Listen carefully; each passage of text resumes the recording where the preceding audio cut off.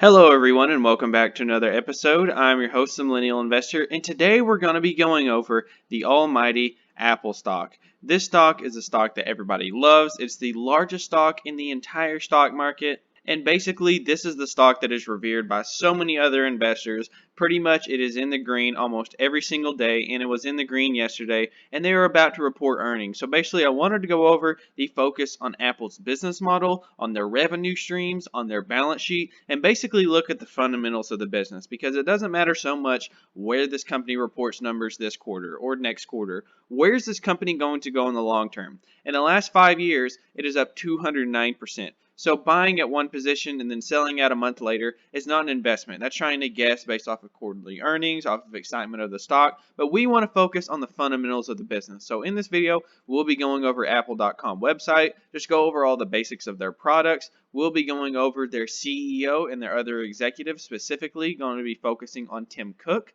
We'll be looking at their financials, specifically looking at their income statement and their balance sheet. They have a very healthy income statement and a very healthy balance sheet and a great safe payable dividend, as well as safe share buybacks. Next up, at the end of the video, we will be looking at 3 different stocks that reported earnings today in my portfolio, which have nothing to do with Apple. But if you're interested for that, save it to the end, and we'll be going over the earnings reports for Waste Management, which reported earnings. We had Qualcomm, which had a huge beat, and then we had Procter and Gamble, which also reported earnings today, and let's see how they did.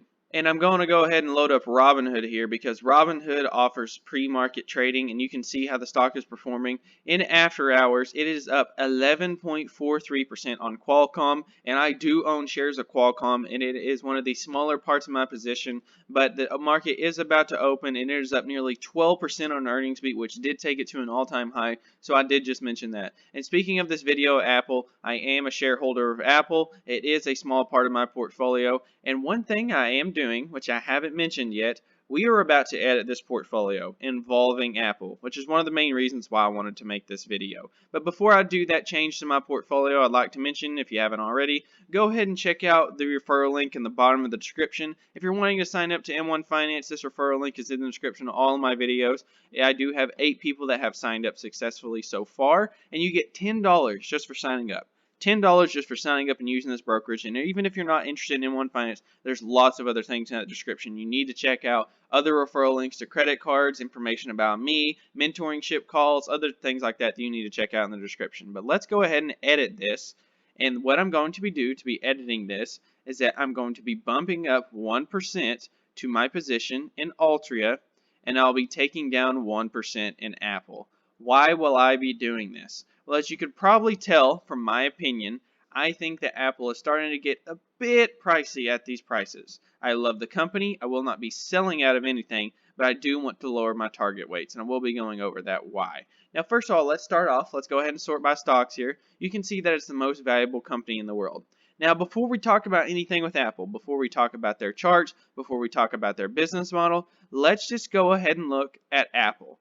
Apple's chart is up 209%. Recently, I reviewed Microsoft, and on a valuation basis, they're pretty similar to that of Microsoft, as well as their share price performance is pretty close, absolutely astronomical gains over the last 5 years. Now, this stock, it's not a bad stock. I love this company, and I don't even think that it's a negative to buy it at $380 a share. That said, in my opinion, I think a lot of your upside opportunity is out of the window for Apple. Now, those of you that don't know me and know my strategy, this portfolio is strictly for dividend income. It's a dividend growth portfolio. It's my dividend portfolio. And this is the charts how I track it. This is my annual dividend income. This is my monthly dividend income. This is my portfolio value. And you see all these 31 lines right here? These are all the companies that I own. And just to give you an idea, Broadcom pays me $8.80. Realty Income pays me $8.52. Southern Company, $6. A lot of these pay me multiple dollars a year, and some of them are even getting close to the double digits. But Apple pays me 48 cents a year. 48. That's all that it can pay me because its yield is so low. Its yield is less than 1%. So I'm buying stocks to receive dividends. And basically one of the reasons why I wanted to own Apple is one of the factors I wanted in my portfolio for growth. I only own a few growth companies, basically 3, and it's basically Visa, Microsoft, and Apple. I will not sell Visa. I will not sell Microsoft. I'm even buying them at those sky-high prices. But with Apple, it's not something I'm really interested in buying at almost $400 a share. So regardless of what happens with earnings, I'm not really going to be buying any more of the stock for a while until it comes back down at least a little bit. When it comes back down to the 350s, the 300s, if it ever gets there, I'll start buying it heavily again. But at the 400s, the high 300s, I'm not really too interested in buying it. So let's go over what those reasons are. Now, in one of my previous videos, in a video I made about Microsoft, I went over the revenue streams for all these companies. And let's go over some of the other tech giants and then compare it to Apple to see how it stacks up. Amazon has 52% in online stores, 18.4% in third-party sellers, 11% in AWS, 7% in physical stores, 6% from Amazon Prime, and then 4% from others. So pretty diversified between 4, 5, 6 different revenue streams, but about half of it comes from its online stores. Alphabet, or Google, 70.4% come from Google properties, all their different platforms, Google, YouTube, Play Store, Gmail, all that stuff. Advertising, their Google Network members, 14.6%, and then 14.5% from Google Other, and then other bets from 0.4%, like Waymo and Nest and other things like that. So not too diversified, but they do have a lot of different integrated platforms, which are going hand in hand with lots of other services. Microsoft, the one that we reviewed last time, 25% in Office, 23% in their high growth category, Microsoft Azure, 17% in Windows, 9% in gaming, 6% in search ads, 5% enterprise, 4% in devices, 4% in LinkedIn, and 2.5% in other. This is an extremely diversified portfolio. Their highest category only makes up 1/4 of their revenue. Their highest category. So they're diversified between multiple different categories. And then last on the list is Facebook. 98.5% coming from a whopping one category, Facebook ads, so it's basically one revenue stream, not diversified at all. And then we get to Apple, pretty diversified, kind of similar to that of Amazon, about 4 or 5 different categories. They have 62% making up the iPhone, a huge chunk of their business, 14% coming from services, 9.6% coming from Mac, 7.1% coming from iPad, and then 6.6% coming from other products. Now, the main category that I want to focus on for growing is the services and the other products. These are the two segments that I want to focus on for growth because these three, the iPhone, iPad, Mac, in my opinion, are pretty well growed out. You can only reinvent the iPhone so many times, in my opinion. Now let's go ahead and look at their other products. Now while I go through this video, I'm just going to scroll through all their different products while I talk. I might be talking about the company, but I'm basically just going to be scrolling through all the different products that they offer and be going through them one by one, just to get you more familiar with everything this company has to offer if you're not familiar. They have all these different types of Macs, MacBook Air, MacBook Pro, MacBook Mini, and they have tons of accessories to go along with it, like chargers and laptop cases and different stuff like that. They have a number of different iPads as well as accessories to go with it. Well, they even sell keyboards with it and lots of other accessories that can go along with the iPad. And they have some amazing iPads, which I am a huge fan of. And then next, the one that you all know and love that a lot of you may even be watching this video on, they have the iPhone. You all know how the iPhone works, and you've all seen all of their iPhones plastered everywhere from commercials and people's hands. And then they have the Apple Watch. This is part of the accessories category that I wanted to focus on. They have the Apple Watch Series 5.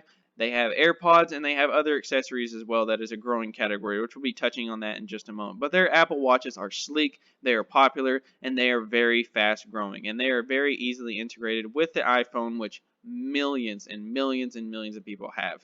Next up, we have the TV category, and this is another services sector that I wanted to focus on later in the video. They have the Apple TV Plus, the Apple TV app, they have Apple TV 4K. They have a lot of integrated areas for streaming network that is a long-term growth category, similar to that of what has been taking advantage of Netflix. Apple TV is wanting to get into that category. And then last but not least, we have a competitor for, say, like a Spotify. We have Apple Music. They pretty much wiped iTunes and they replaced it with Apple Music, which is easily integrated once again with your iProducts, with your Apple phone, with your iPad, with your MacBook, all that stuff. And then they also have a lot of other accessories like AirPods, AirPods Pro, Apple Music, HomePod, iPod Touch, Beats, and then lots of other music accessories and gift cards. So that's pretty much a general idea of the kind of stuff that they sell. And then what I wanted to focus on here was the services tab. One thing that is not mentioned on their homepage is the Apple credit card, which in my opinion is one of my most bullish features to this company. Now, why am I so bullish about the Apple credit card? You're probably thinking, okay, they're going to get tons of different fees. People are going to be paying late fees for missing payments. People are going to be collecting interest on those credit cards and paying it to Apple. Is this why I'm so excited about this? Not in the slightest. That is a bonus, yes. They'll make money from the Apple credit card. They'll also make transaction revenue when someone swipes their credit card at a McDonald's. They might get 2, 3, 4% of that revenue as a fee, but that's not why I'm excited. Why I'm excited about that credit card is for consumer data. Consumer data is the most valuable thing for any company that is as large as Apple. Getting the hand information, the first-hand information directly from their consumer spending from their credit card will give them so many ideas and so many data points to what they can use to even sell to their customers even more directly. Targeted ads, specific integration with their iProducts can go hand in hand with their Apple credit card. And another thing that even goes hand in hand with this credit card that is even another bullish thing for me is that it makes their product just that much more sticky.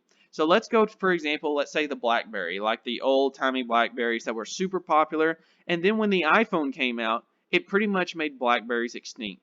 They weren't integrated with their consumers, and they were just a cool product. With Apple, if you were to wipe your iPhone, wipe your iPod, wipe your iPad, wipe your AirPods, wipe your Mac, wipe your Apple Music, all of these different integrated services, and especially their Apple credit card, you would be lost. You would have to start from scratch with a different company, set up your cloud, set up your password, set up your contacts, set up all these different things, and it makes it more and more sticky. And now that they're into your finances, people are pretty sticky with bank accounts. When you get a bank account, most of the time people keep them for years and sometimes even keep them for decades. So trying to switch bank accounts and switching back and forth every 6 months is not something that people typically do. So having a credit card integrated with your cell phone, if you have a credit card and you're maybe thinking about switching cell phones, that is something that you're probably not going to do. And this is something that Tim Cook, CEO, has pushed for. He is pushing towards their Apple credit card and their services sector in general for their more high growth categories. So that way they're not set up for this year, they're not set up for next year, but they're set up for a long-term growth story. And this is why I love this company. And one more thing I just wanted to mention before I get off of their revenue streams, the Apple iPhone, their largest category. A lot of people are either iPhone or Android. Now, regardless of which one you are on, whether you like Androids, whether you like Apple, the people who have those are usually extremely loyal to the phone that they own. I don't know many people, and I don't hear of many people, that get an iPhone one year, get an Android the next, get an iPhone the next year, and then get an Android the next. Usually, the type of people that have iPhones have them for life. If people like iPhone 9, they're going to get the iPhone 10, then they're going to get the iPhone 11, and whatever they come out with next. The same thing with Galaxies. When people get Galaxies, if they get the Galaxy S20, they're going to get the Galaxy Note 10, or whatever comes out next. They're very sticky to their iPhones, and this is recurring revenues as people break their phones, as people upgrade every couple of years, or people just coming out with the new and hottest phones and they're excited to get it. So the iPhone is a very sticky category, and even though it has slowed growth, billions of people have the iPhone, and it is not going away anytime soon. So total in revenue, this is last year's numbers. They had 265 in revenue and 59.5 in net income. Now, their CEO is just one thing I just wanted to briefly mention. I won't get too detailed into this, but Tim Cook, their CEO, is an amazing CEO. They are constantly looking at buying out other small companies, taking stakes in other companies, focusing on investing in research and development, which we're about to get to in just a minute. But Tim Cook, their CEO, is an incredible CEO, arguably one of the best CEOs on earth, and I think that he is so visionary and so intelligent and has such good judgment that he is going to take this company even to a brighter future in the long run. So that is one of the other reasons why I'm so bullish on this company. Now let's go ahead and get to the financials of Apple. Let's talk about how they look financially, because no matter how good of a story you have with a stock or how much potential you have, if you don't have good financials, it's going to be very hard to overcome any of the struggles you might face in the future. So let's go ahead and look at their income statement. And this was updated last of September 28th of 2019, so the last annual report. And let's look at how their revenue has grown. In 2016, they made 215, and by the way, this is in thousands. So if it says 215 million, they actually made 215 billion. They just do it in thousands to make the accounting statements look cleaner.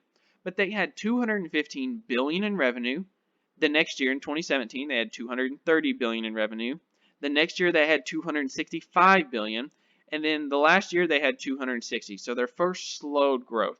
Now, first off, before we talk about anything else, what other company out there has 260 billion dollars in revenue? What company is a fourth of a way to $1 trillion in revenue? Maybe one day, 10 years out from now, 20 years out from now, maybe we'll see Apple making $1 trillion in revenue, and I'd definitely like to see that. And you can see that their gross profit is massive, even touching the triple digits for just a moment. But the next thing that we wanted to focus on is their balance sheet. Their balance sheet is something that is super important for all companies, especially in times of a recession. And let's look at the last 4 years. Let's look at their cash and cash equivalents, and then let's look at their short-term investments. So their cash and cash equivalents, 20 billion, 20 billion again, stayed flat, bumped it up to 25 billion, a pretty big jump up, and now it's up to 48 billion, a massive jump up. Now let's look at their short-term investments. 46 billion, 53 billion, a pretty good jump up, a jump down to 40, and then a big jump back up to 51. So in total, between their cash and cash equivalents and their short-term investments, they're right at about 100 billion if you add these two numbers together, almost on the dot. So we're going to go ahead and call it a crisp $100 billion in short-term investments in cash and cash equivalents. Now, one thing I wanted to point out, which I usually don't go over too much, but it is a huge category for Apple, their long-term investments. They have 100 billion plus in long-term investments. Now, I said they had 100 billion in cash and short-term investments, so let's go ahead and look at their long-term debt. 91 billion.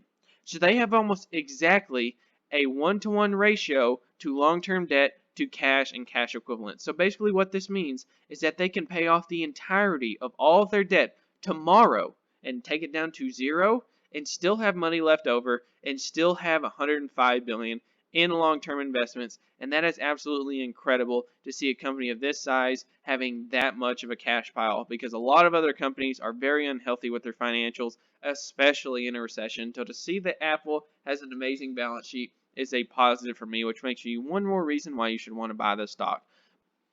But overall, guys, now that I went my opinion with Apple and my basics with Apple, my opinion is now, should you buy the stock or should you wait on buying Apple stock? Well, basically, in my opinion, I think it's a hold. I think if you own the shares, you should definitely not sell. You should not be getting rid of them. This company has a lot of upside potential for the future. That said, a lot of your upside potential is also gone because it is extremely high priced. It has a 30 plus PE ratio, and I think that they have outperformed the market by a mile, and I don't know how much longer this can go on. It could go up to the 500s, or it could stop right here and then trend down for the next 2 years. I don't know. Now, this is why I like to focus on dividend income, and this is why I raised my target in Altria. Those of you that didn't watch my previous video, Altria did just raise their dividend in a recession and have over a 8% yield. 8%. So a massive, massive gain there. And with Apple, I'm only getting a 0.8%. So with Altria being a 10 times dividend yield, what Apple is, I'm definitely going to go with Altria for the short term, for the next couple weeks, the next couple months. That said, if you're wanting to buy the stock, if you believe in the company, if you believe in their growing sectors, their services sector, their accessory sector, their iPhone sector, if you believe in all of that and you believe in their CEO, you believe in their financials, absolutely buy the stock at 380. Buy it like no other, because even at 380, this is not a bad company. This is an amazing company, and any company that is the #1 company in the world, they got to be doing something right. This is not by accident. So overall, guys, my opinion, I'm going to rate it as a hold. Don't buy it. Don't sell it. If you're just owning the stock right now, just hold on to it and just wait to see what happens. But overall, guys, let's just go over quickly the 3 stocks that reported earnings for me. Waste Management did just report earnings of Q2 earnings at 88 cents a share, which is 8 cents better than their estimate of 80 cents. And revenue for the quarter came in at $3.56 billion versus the 3.52 estimate. So a beat on earnings per share and revenue there, a very small beat on both, so that is great for Waste Management, a company that I love. They only pay out, I think it's 55 cents a share in dividends, and they made 88 cents. So that is great. Even in a recession, this is a steady dividend company. And let's go over Qualcomm last. Let's go over Procter and Gamble next. Procter and Gamble is up 4% as consumers buy more cleaning products. Procter & Gamble's organic sales grew 6% during the quarter. In North America and China, more consumers were buying its household cleaning products. In fiscal 2021, the company expects sales growth of 1 to 3%. So you think about how old of a company that Procter & Gamble is, they're still growing their company. Their shares are up 4% today, and that's because the long-term story for this stock is a upside potential. They're going to keep raising their dividend. They're going to keep growing the stock price, and now after today's rise, they're at an all-time high, and I am a proud shareholder. I am not getting rid of these shares anytime soon, and I'm going to keep collecting those sweet, sweet, sweet dividends, and they already raised dividends this year. So Procter and Gamble, great performance there, and the earnings per share was a 101 expected, and they reported a 116, and they only pay out 79 cents, so a big beat there, a very safe dividend.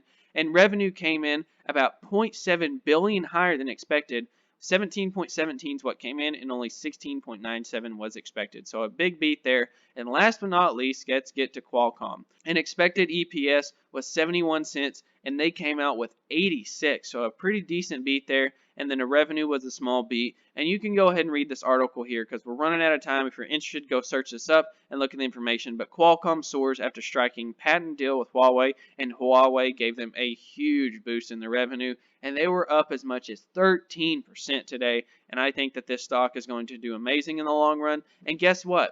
Even though it's at all-time highs, even though the stock is going sky high, way higher than it's ever been before, I'm still buying the stock.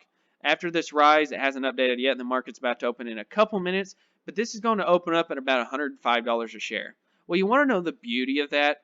Even at $105 a share, it's paying about a 2.3, 2.4% dividend, and you're getting share price gains. So Qualcomm, I think, has a lot more room to run. I think that 5 years from now, Qualcomm will be a lot more than $100 a share. I think it'll be $200 a share. But that said, I think the dividend is great, the upside potential is great, and I'm a proud owner of Qualcomm, and I am not selling that anytime soon. So even if you're interested at Qualcomm at $105 a share, my opinion is to buy it. And that pretty much wrapped up this video, guys. This is my chart for my annual dividend income, my monthly dividend income, and my portfolio value. Like I mentioned at the beginning of the video, if you have not done that already, go ahead and sign up using this link for M1 Finance. And I have lots of other information in the description as well. And you can go ahead and scroll through my portfolio, and you can pause the video if you want to stop on any of my positions right there. By the way, up triple digits on Whirlpool, by the way.